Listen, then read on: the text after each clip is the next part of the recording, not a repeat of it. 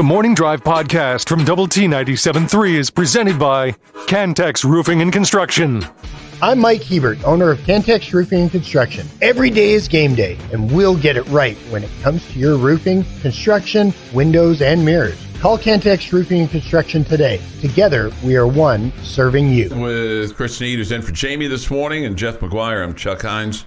Great to have you with us today. It is Wednesday, the day the work gets done. I'm sure there'll be some getting done today, although it seems like that there'll still be kind of the continued kind of shut down, kind of just everybody's trying to catch their breath a little bit. Yeah, I'm done till the second win. You done to win? Second, okay. Yeah. Okay, well, that's good. Yeah. You got any big plans this afternoon? Man, I got a whole lot of nothing. A whole lot of nothing. That's not true. I'm not going to start that till about 1 o'clock. You're going to start that until about 1 o'clock? You can't start that until 1 o'clock because you've got a thing from noon to 1. Yeah. Are you here again from noon to 1 today? Kind of a glutton for punishment. Okay. Yeah. I don't know if that's good for me or bad for the listeners. Yeah, well, we'll let them decide. Well, you'll have breakfast by then. So where do the Cowboys stand in your mind in the NFC? Are they fourth? I would probably put them fourth because they're going to be better than whatever NFC South team wins that league, that conference division. Okay, so who do you put first? I think this is 1A and 1B right now, and it fluctuates week to week. Between San Francisco and Philadelphia? Yeah, right. And it really, I guess you probably have to default to San Francisco since they beat Philly at Philly. I think you kind of have to go with San Fran, then Philly, then Detroit, and then Dallas. Who's the better quarterback though between the two? I think it's kind of a wash. It really is a wash. I think the quarterbacks. Okay, Hurts can be really, really dynamic and athletic, but he turns the ball over so much. I mean, either by fumble or interception. I mean, it's funny. Dak just gets banged on for his interceptions. Jalen Hurts turns the ball over a ton. Mm-hmm. And Brock Purdy did this past weekend. Yeah, I mean, gosh, Brock, throw up somebody wearing your uniform, maybe just once. But Jared Goff can be really he's when he hooks up with Amon-Ra Brown, he's really good. He's got weapons, but it seems he seems to get away from the game plan a lot, and that's and I think when Jared Goff tries to improvise, if read 1, read 2 is not available to him, he's a progression guy. He just he's not a guy that that makes lemonade out of lemons. So Jalen can. I think Goff tries to force the ball into tight windows too often. Well, Detroit tried to cough that game up to the Vikings on. Yeah, my days have run together here, but they scored to take the lead at 30-21. Then they had an interception. Then they had to punt the 3 and out, and then Minnesota gets a field goal. They kind of had a drive that stalled, and it made it 30-24 with plenty of time left. Then the Lions come back and punt, and so they've got the ball, and Minnesota's driving, and it kind of looks like they're going to make a run of it. They get the ball to the 44, and then there's a pass that's down the middle, and it's intercepted, and that's the end of the ball game. But if Detroit had lost that game, then and they had lost out, and Minnesota had won out, they could still lose that division. Yeah. So they're not this bastion of power at 11-4. Yeah, they're not, and they are a team that plays much better at home than they do on the road too. So I mean, do I think the Cowboys are going to win this weekend? I absolutely do. Do I think they're going to improve their lie? I don't think so, because they took that out of their own hands. Yeah, they did. And now they've got to have Philly lose a game that they're not going to lose. Although I'm telling you, Philly did their dead level best to try to give the Giants that game. Mm-hmm. And now they're going to play them. They're going to play them again here. And I was at the end, the last game of the season. They'll play them. And then this week they have a little bit easier contest. They play the Cardinals. Yeah, I was watching that game with the Eagles-Giants game with my two brother-in-laws, my nephew and my son-in-law, and I turned to one of them at one point. I said, "The Eagles are going to lose one of these two games to the Giants," and my brother-in-law, who's a fan of what do they call them, the Commanders, he's like, well, we need him to, kind of they don't strike me. The Eagles are not infallible. And, but, let's look over here. Jalen Hurts got 13 interceptions on the year. And, they're still talking about him, not the way they were before, but, mildly. A couple of weeks ago, he was mildly in the MVP conversation. Are you, from the AFC standpoint, are you all in on Baltimore now? Yeah, I think they're far and away. Mm-hmm. I think they would. I mean, they've been tested, and they had a little stretch where they lost 2 out of 3 games, but they're pretty well established as the cream of the crop in the AFC right now. And you might have the AFC. Miami is kind of they're knocking on the door, but those guys, they seem to just be. Yeah, because you could have made a case that what if Dallas beats them? Then they're 10-5. Exactly. And so you look at the AFC, which we talked about this a little bit yesterday. If you'd have said a month ago, you'd have said the AFC was a much stronger league or conference than the NFC, and that the likely Super Bowl champion was going to come out of the AFC. But you can't say that now because you look at Baltimore; they're clearly the top team. Miami is a step down from them, and then after that, what is it? It's Cleveland because they're at 10-5 and nobody's really talking about them, and they don't have Deshaun Watson. And that's the thing. They're 10-5, and Joe Flacco. I mean, how many guys have taken snaps under center for the Browns this year? And they're 10-5. I mean, imagine if the same scenario had happened to the Cowboys. It'd be 5-10, if that, or so many other teams. I mean, that team,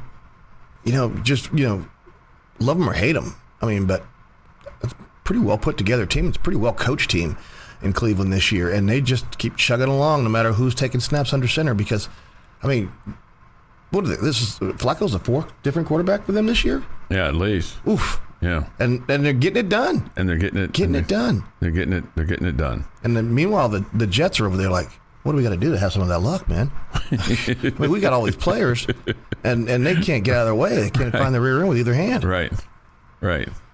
No, and you talk about a road team versus a home team, and their schedule is a lot different. But Kansas City is 4-4 at home. I'll be interested to see how many of the new bandwagon fans decide to, this isn't such a fun ride anymore. It's pretty fun when they're always going to the Super Bowl and winning all the games. When it's a little getting their when it's a little bumpy. The funny thing is that the nice young ladies, and the kids running around. How many kids got a Kansas City Chiefs hat or a jersey for Christmas, and they're rocking them. And these stores here in town, Texas Tech stores selling Kansas City stuff, and I was like, that's pretty cool, I guess. I mean, I like Kansas City too, but come on, man. Well, the Chiefs have, listen to who they've lost to at home this year. They lost in the opening game at home to Detroit. They lost at home to Philadelphia. They lost at home to Buffalo. And then the bad loss was Christmas Day in losing to the Raiders, especially as poorly as the Raiders quarterback played. I mean, he didn't complete a pass after the first quarter. Yeah. I mean, what is 9? And Mahomes, they just couldn't protect him. Yeah, at all. They've got so many issues, and I mean, they do. It just tells you how. I mean, in a way, it tells you how good their defense is and how good Mahomes is, because he is absolutely squeezing every stinking thing out of that. He's doing everything in the world to keep that team in games. And it also goes to show you how hard it is to repeat. Yeah, and how hard it is to do what they've done over the last 5 years. Yeah. The Morning Drive podcast from Double T 97.3 is presented by Cantex Roofing and Construction. Chris Snead is in for Jamie and Jeff McGuire. I'm Chuck Heinz. We'll have bowl games for you again today. 1 o'clock on 100.7 The Score. It is the Military Bowl, and the participants in the Military Bowl are Tulane and Virginia Tech. Then we'll have the Duke's Mayo Bowl at 4 today on Double T 97.3. It features a Big 12 school, West Virginia and North Carolina. So you got a little Neil Brown, Mac Brown matchup there. Okay. Are you talking about matching wits there? We're just matching head coaches. I don't know if they're matching any wits. And then the Cowboys crosstalk will be on at 7 tonight, and then we'll have the Texas Bowl this evening. This may actually be a pretty good bowl game. Oklahoma State and Texas A&M. Aggies didn't ditch them. Aggies and the Aggies. They didn't duck them. No, they did not duck. They did not duck them. They did not duck them. Do you think somewhere up in NFL heaven that Pete Rozelle is smiling? Why? Why would he be smiling? He's going into week 17, and on both sides, he's got 12 teams still alive in the playoffs. Remember when he was like parity? Mm-hmm. He wanted everyone to go 8-8. And so he's got to be just looking back at this and just smiling that only 8 teams have been completely eliminated? I'm certainly not a fan of that. I think it's kind of cool. Well, here the fact that there are still scenarios where the Bears can get in the playoffs. I mean, it's kind of it's funny. There's scenarios where the Raiders can get in the playoffs. It's going to take active Congress, and they helped themselves out this past week, certainly. Yeah, but I mean, it's really kind of fun. I guess I hear what you're saying, but I think the other aspect of this is it has created a lot of bad games. Well, I don't necessarily say that. I think you've had a lot of bad. There's been some. I think the bad games involve bad teams, but the reality is, I mean, there's some of these games turn into pretty good. I mean, they're not marquee games. I mean, if the Falcons and the Panthers get together and it turns into a bad game. I mean, there's some bad teams. Part of my frustration with the NFL has to go with the spreading out of the games, the Thursday night game, the Monday night game, the 2 Monday night games, your sit down kind of spend the day with the NFL on Sunday, knowing that you've got 4 to 5 games to 6 games, whatever. Being a lot of games being played at the same time means that the likelihood of getting a good game out of somebody is going to be pretty. If you just want a good game, the likelihood of getting one is pretty high. But with the way it's become all spread out, it's been a little bit hard. You got to make a conscious effort almost to watch all of them to be able to get your really, really good games or fall into it. I see what you're saying, but what has bugged me about the NFL's new scheduling model, I don't mind the Thursday game. It doesn't bug me at all. What I do mind is now they've said, you know what, people love Thanksgiving Day. Let's give them an extra game on Thanksgiving Day. Here's the night game, because Thanksgiving Day, it's hey, you get up, your mom's making the turkey, and you watch the Lions game, then you eat the turkey, you watch the Cowboys game, and then it used to be you watch a college football game that night. Texas and Texas A&M or something or like that. Mississippi State, and then. The NFL says no. We think we want. I don't think I ever more sat down to watch Mississippi and Mississippi State. That is just not on my radar. You live in a different part of the country, right? No, it's on the radar of a lot of people. And I'm not saying it's not. I'm just saying that if you're going to talk to me about a college football game, Texas and Texas A&M. But A&M, no matter where you were in the country. Again, A&M ducked somebody, so they stopped playing that. Now the NFL says, hey, we're going to give you that night game, and now we're going to give you a Black Friday game. Right. I mean, were we clamoring for that? Well, and then this past weekend, you had maybe your best game on Saturday on Peacock. Yeah. I mean, and so talk about frustration. I'm not a subscriber to Peacock. Yeah, and the most frustrating thing was they kind of teased you. Yeah, they put that all the way. Everything was on the Sunday Night Football, Sunday Night Football, and they came up, and I thought they were playing the national anthem on Sunday Night Football, and boom. Now you're gonna get some sitcom, and I mean, I wonder if the number of Peacock subscriptions that got purchased. Literally right there. What's they're hoping for? It's exactly what they were hoping for. Just like the ESPN app, like ESPN Plus. Yeah, and it was probably pretty easy for you to go over to the Peacock app, and I saw that they put the little QR code up on your TV, and you could, and probably made it real easy for you to just add it to your TV package right there. And I did not want to watch that game that bad. Well, I was lucky. When I was, like I said, we were in Carolina, and the lake house that we were renting. I said, And so I went down into the bedroom and I turned the TV on, and boom, there it was. Yeah, boom, there it was. Somehow the downstairs had Peacock, the upstairs didn't. I was like, okay. Did you let anybody know? Huh? Did you let anybody know? Me, myself, and I, man. I don't want those people in there in my room watching that game with me. 6:38 this morning here on the Morning Drive. Is anything bowl worthy for you today? It's bowl week now, and this is, you get today we got Military Bowl, the Duke's Mayo, and then you get the Texas Bowl. You also have the Holiday Bowl today featuring Louisville and USC. And I got some buddies working that game today. I'm sure that USC. I wonder how much they want to be there. Caleb Williams obviously doesn't want to be there. No, he does not. That's going to be an interesting scenario for him because, he's one of those cats that has the option. If he doesn't like where he's drafted, just say, I think I want to go back to USC again. And USC is going to take him back with open arms, probably give him a dump truck full of NIL money to stay. And I will tell you this. I'm a little frustrated with the Sugar Bowl time on New Year's night, although that's pretty close to the traditional Sugar Bowl time. What is it? 7:45 kick. That's about normal. No, it is. I think I would have liked that game to have been a little bit earlier in the day. Just me personally.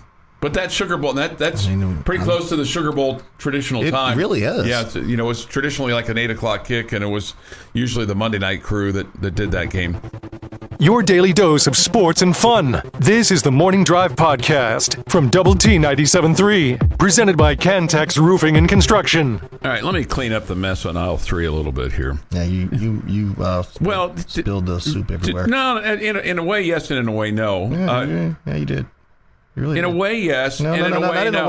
Because I was trying to explain that the Dolphins won in 73 and 74. The Cowboys won in 72. The Cowboys in the calendar year 72. The Cowboys won the Super, beat the Dolphins. In the 71 season. 71 season. In the 72 season, after the Staubach comeback against the 49ers, then they lost in the NFC Championship game to the Redskins.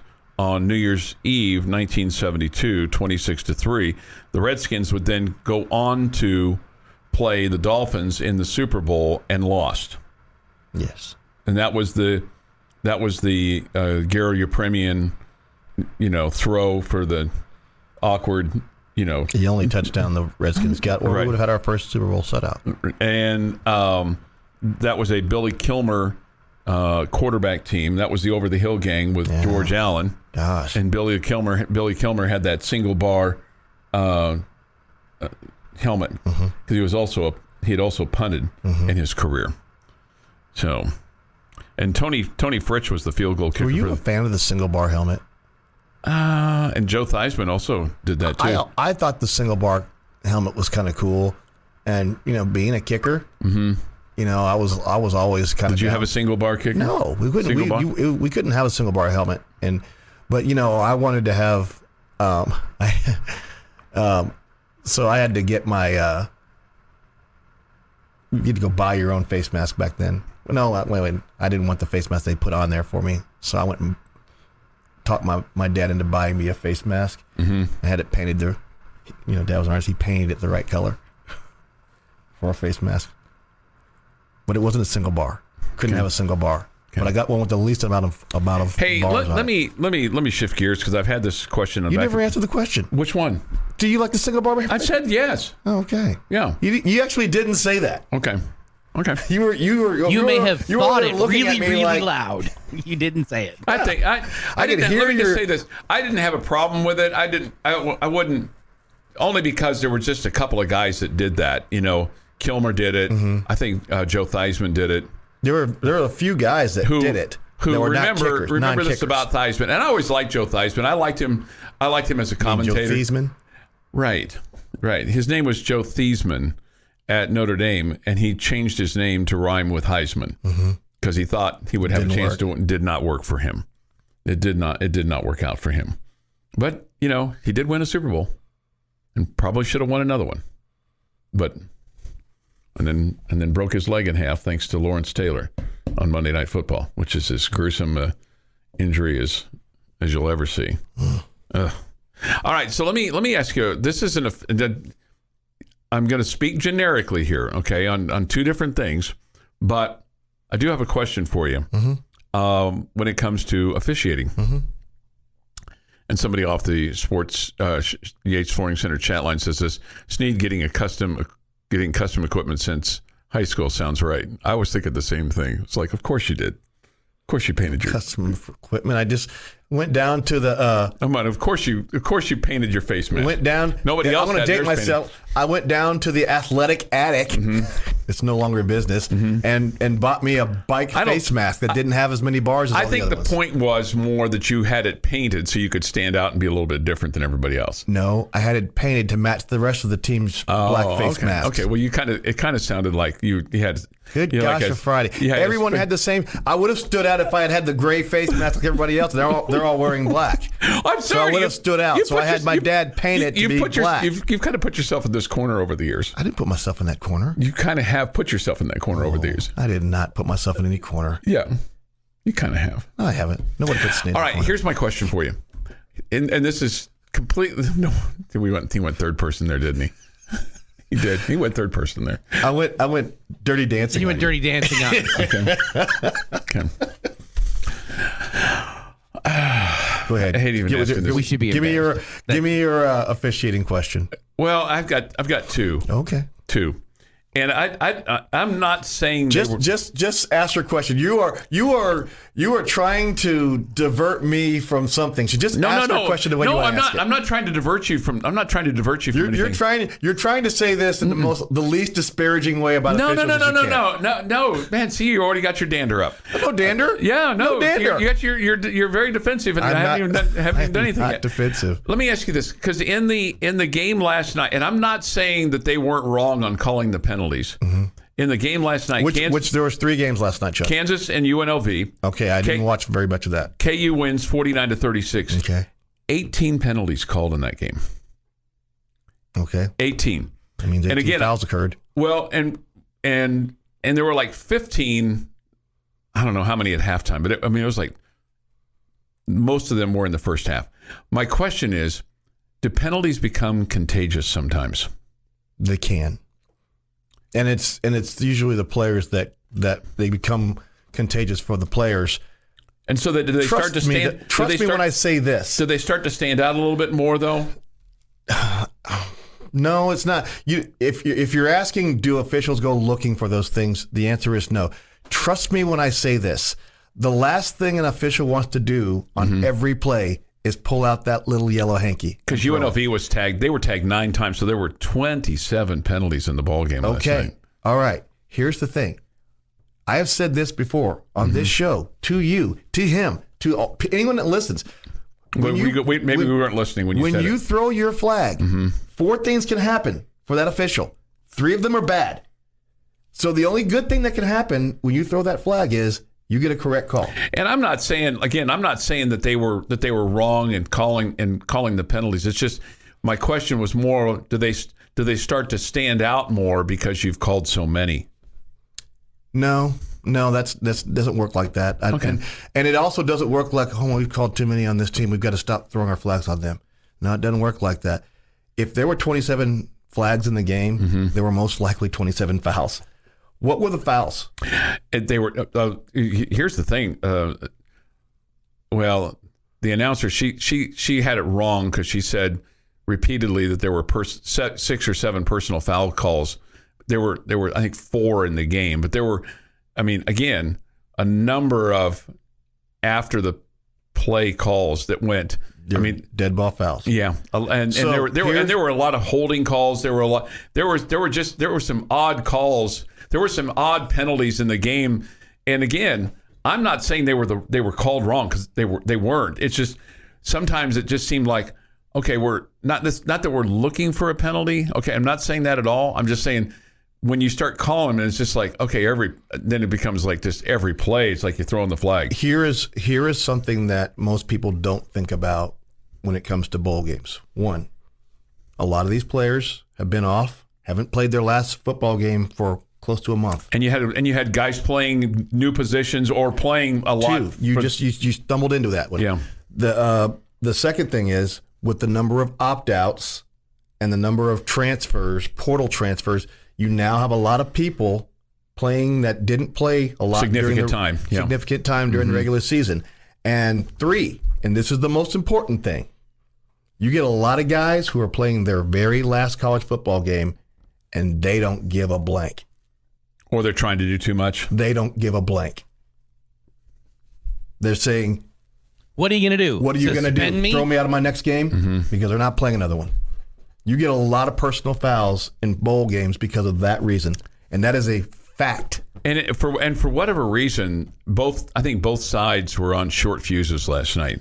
You get a lot of guys playing their last college football game. I mean, there was a Kansas touchdown, and then there was chippiness at the end of the play, and then a KU guy just pushes a Vegas guy from behind. And it's like, well, you got to call that. I mean, you did it right in front of the official. You've got to call that. We say it all the time as a player. Do not put me as an official in a position to make a judgment about your actions outside of a play. Yeah, I mean, again, not disputing them. It just became like one after another. And it was almost like, well, we're going to call penalty on every play. This is the Morning Drive Podcast from Double T 97.3, presented by Cantex Roofing and Construction. Time now for Jamie's Question of the Day, brought to you by someone not named Jamie. That whole thing got just turned around, didn't it? Sure did. 7:45, the boom, boom, boom. Okay. All right. Who's got the question? I do. All right. Even though I don't have it. I can make a question up real quick. Well, I'd have to make one up at this point. So, rock, paper, scissors. Although, there's no way to tell who's going to win on the radio. Yeah. We would know, but no one else would know. Okay, I want to do this here based off of a listener here on the chat line sent this question in. He said, Snead, honest question, have you ever publicly admitted that a ref blew a call, or are you required to stay quiet? One, contractually, I'm not allowed to criticize officials. That's, okay. And then in the officials code, you just don't do it. Is that an official contract, or is that just kind of an unwritten rule? Yes. Now, he has said he's blown a call before. I have heard him say a couple of times that he's missed a call. Yeah. I think I'd be more concerned if you said you'd never blown one than if you had every blown official one. Would tell you they've blown one. But here's the thing. People say, man, you officials are really arrogant, and you really, you guys, gosh, you such big egos. I'll ask you this question. Do you want a guy with a big ego calling the last pitch of the World Series? Or do you want a real timid guy? Or do you want so like the high strike on the Diamondbacks that's ended the World Series? Do you want a timid guy calling that, or do you want a big ego guy calling that? I really hadn't thought about it like that. Is that the question you're asking us? I think it just became the question. Question of the day. Do you want your officials to be big ego guys, or do you want them to be timid, weak? Well, I don't want them to be. I don't want them to be weak. I don't know that I want them to be. I don't know that every official can be. Do you want your official to have the gumption? What was that guy's name? Ron Luciano. Do you want your official to have the gumption to throw a flag to call back a touchdown in the Super Bowl? Sure.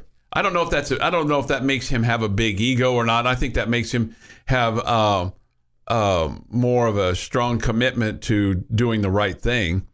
I wouldn't necessarily equate that with ego.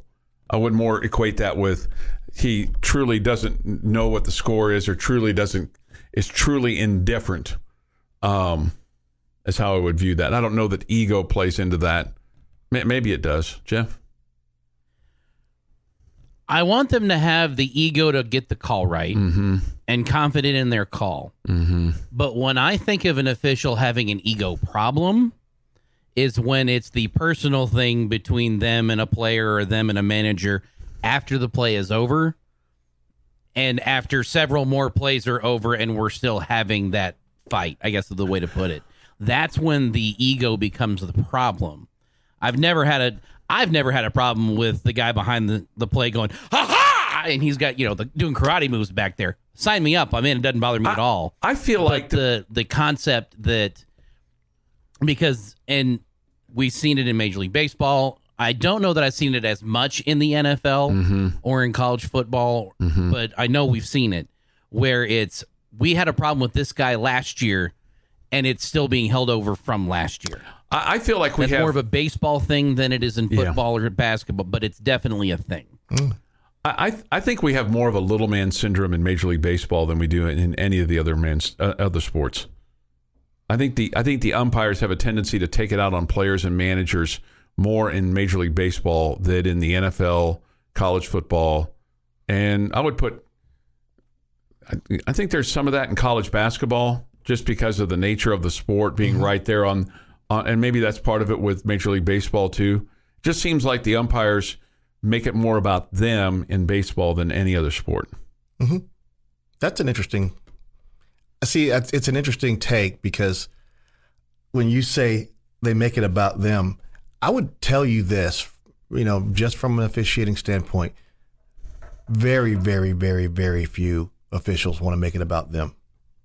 I think we see that in Major League Baseball all the time. I think sometimes officials get pushed into that corner. It seems like their fuse is much shorter in Major League Baseball than it is in other sports. I think there's probably some truth to that. And I think Major League Baseball in general has put managers, players, and umpires in that arena, so to speak, because of the no arguing balls and strikes, because it's a hard and fast rule now. If you argue balls and strikes, you're tossed. Yeah. As opposed to giving them the opportunity to have that argument back and forth. And now you don't. There's no wiggle room at all. Well, like you can't argue a call in Major League Baseball like you can in the NFL, or you can in college football, or you can in college basketball. Well, the reason why the umpires didn't ask for that to happen. You know who asked for that to happen? Probably the Major League Baseball teams. No. The managers. No. Who? Television. Why? Arguments take a long time. I get so tired of that. Arguments take a long time.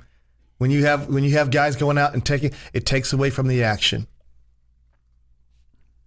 TV depends on who's going out there. If it's Lou Piniella, there's more action going on there than there in the game. It takes away from what's already a slow-paced game. Television didn't want long, drawn-out arguments over balls and strikes. That's interesting. Somebody says this year, officials have also been off for a month. Do they get rusty? Absolutely. Absolutely.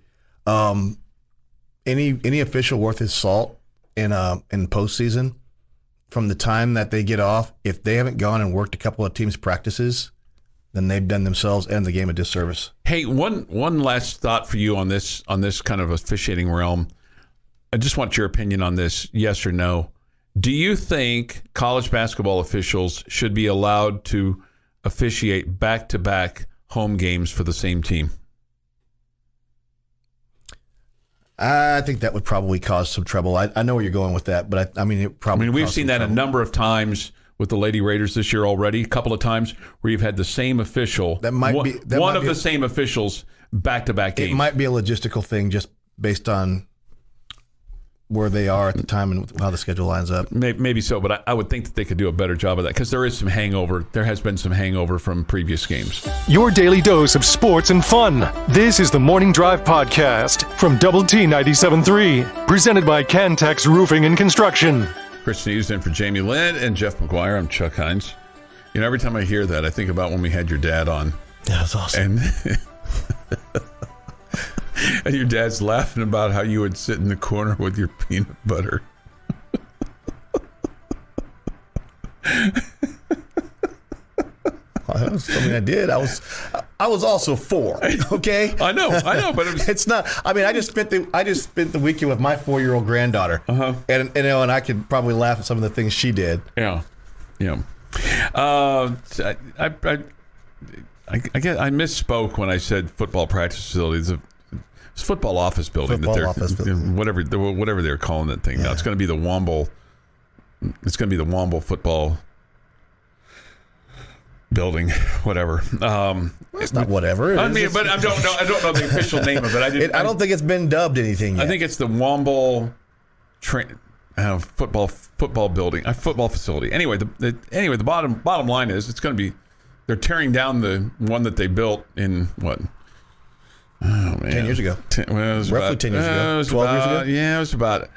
it's not that old. No, it's not. It's not that old. 07, 06, right in there. I think it's still pretty shiny. Still pretty shiny. Yeah. Still pretty I mean, I think... And they had redone it a number of times. The football building that we're tearing down right now, am I wrong? Younger than Cowboy Stadium? Oh, yeah. Yeah. Younger than Cowboy Stadium? Thinking out loud. No, I don't think that's right. No? It's pretty close. It's pretty close. I mean, it's pretty close. I mean, if you know the answer to that, somebody...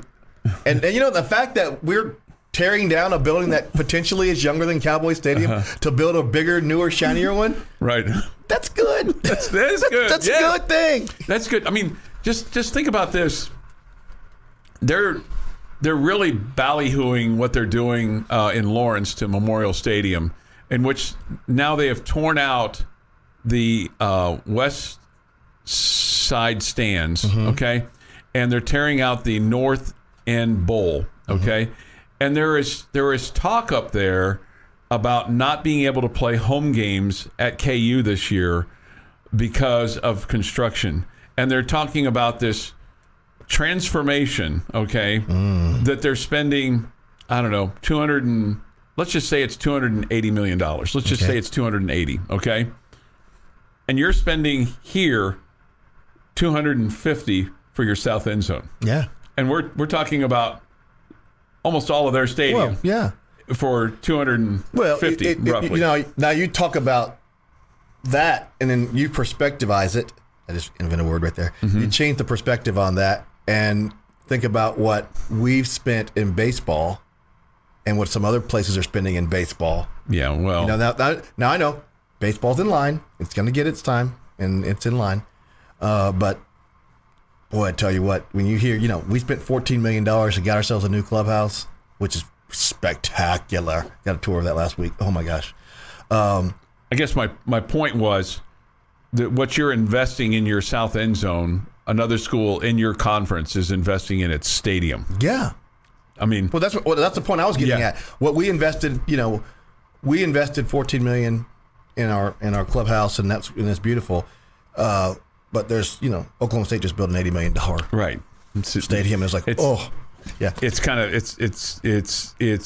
but I mean, just the massive scale of what's being done over there, and what that entrance is going to look like on the southeast corner where the students go in. Yeah. I mean, it's spectacular. It is spectacular. It is. I mean, it's going to be the whole thing over there is going to be just a palace. It's going to be massive. I just hope we don't put the Big 12 flagpoles in front of the building again. That just really irritated me. Okay. Because I go to these other schools. I go to these other schools and I don't see Texas Tech flags out in front of their buildings. I mean, so why should we have the other Big 12 schools in front of our building? You know what? I'm not disagreeing with you. I mean, I've been highly irritated by that for a number of years. I know it is everly apparent that it irritates you. And I just have gotten to the point where that's just not something that I'm going to build an outrage factory over. Well, I mean, if all the things that I could be upset about at Texas Tech, the fact that we've got the flags of the other schools in the conference in front of our building. I just don't like it. I mean, for years, we had the Southwest Conference little things in front of the football building in front of the athletic department for years. I know. We had the Southwest Conference circle over there. I know. Well, it's one thing to have that, but the other, flags. No, wait. What's one thing to have that and then have flags over there? You can't, if you don't want flags here, you can't want that there. Well, I wouldn't have cared for that there either. I just didn't. We rebuilt it. I know. I never liked the flags flying in front of fly your own damn flag. Don't fly somebody else's flag. Okay. I mean, it's not neutral. It's not the UN. Okay. It's not like we've got to be representative of every country in the world. Okay. We're us. I don't feel the need to be, outraged over it. Well, and the other thing is, can you imagine how this town would react if we said, Jones Stadium's not going to be available. We're going to go play our football games over in at Lowry?